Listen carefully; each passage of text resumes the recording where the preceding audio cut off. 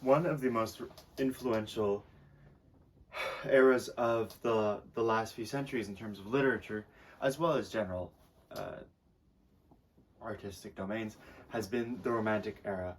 The Romantic era is one that I would describe as the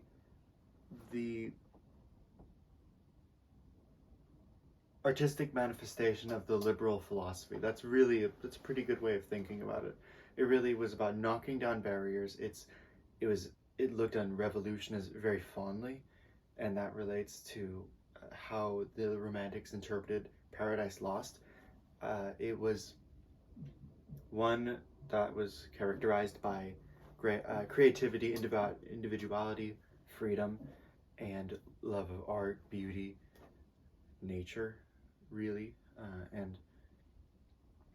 and we get so much great work from this era, and it's an era that probably one of the probably is the single most influential literary movement of all time, at least insofar as where we are today.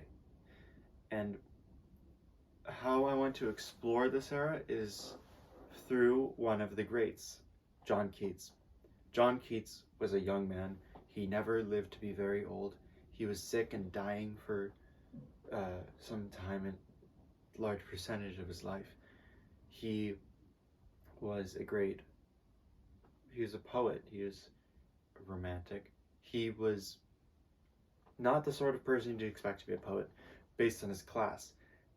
Yet he wrote, and he wrote, and he wrote, and he wrote, and he's a pretty popular romantic poet. I feel, at least I did some research on Pinterest looking up what Keats is associated with, and by far the most common poem I see from Keats was Ode to Autumn. Ode to Autumn is there's a general fondness for autumn in general, especially online.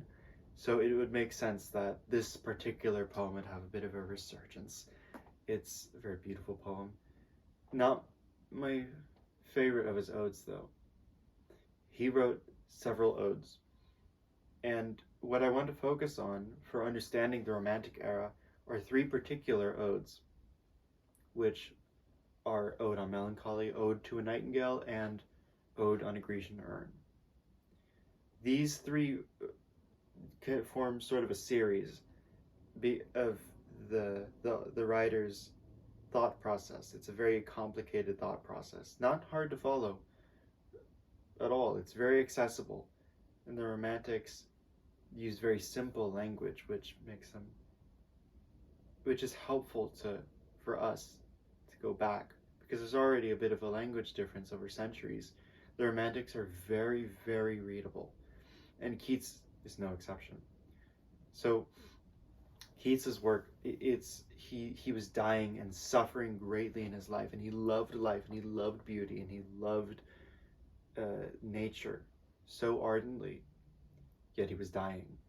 He loved, and so his love was a great pain to him, and it's an interesting thing he does with his work is that he deals with it on multiple levels. So there's the universal level that we can see and understand. It's almost philosophical in a certain sense, and then there's the personal, at his heart, because he was dealing with universal problems that were his problems as well: death, and the life that he loved so much, the beauty and the goodness he saw, the truth that he knew.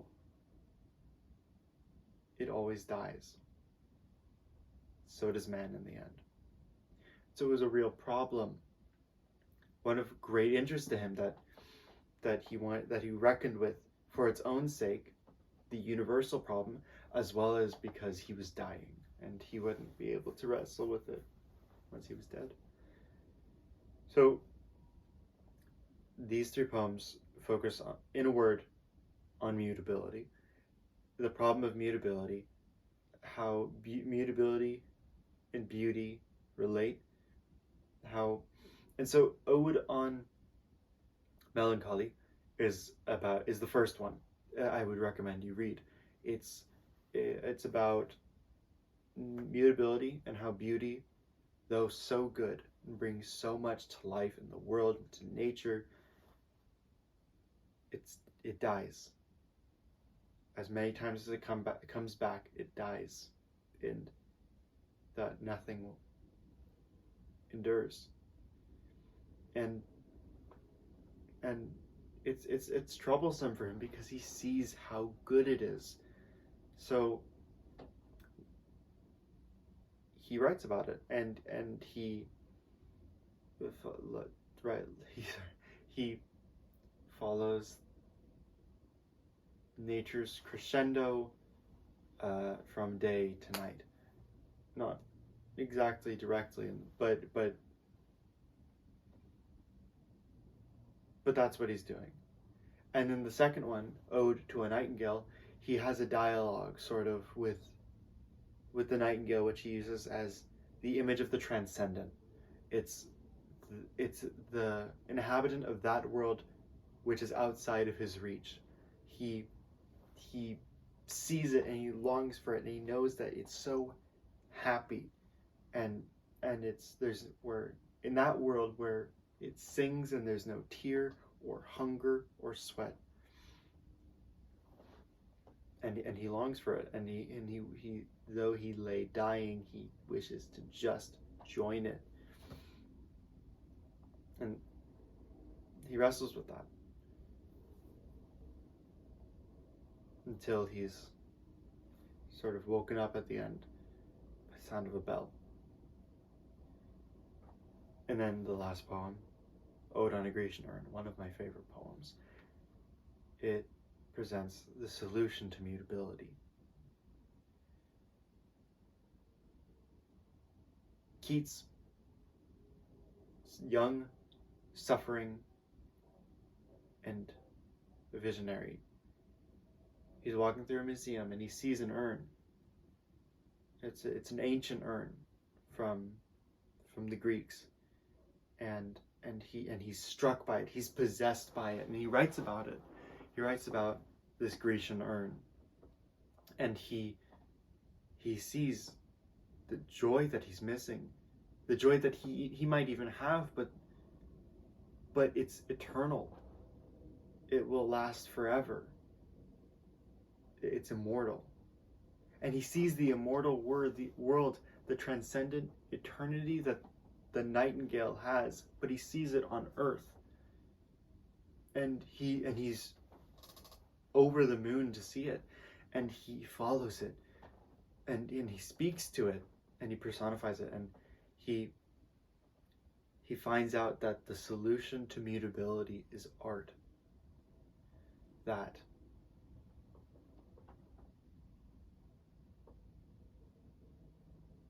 immortality is found in art, and that because art can reach up into the transcendent and articulate it for man, as well as the fact that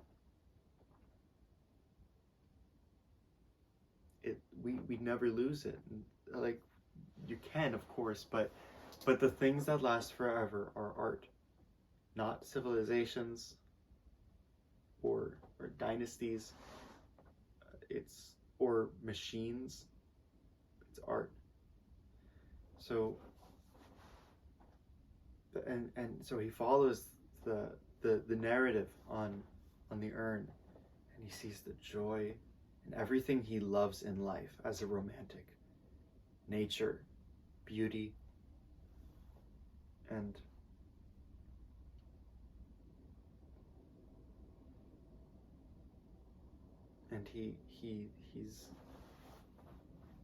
he's figured it out, that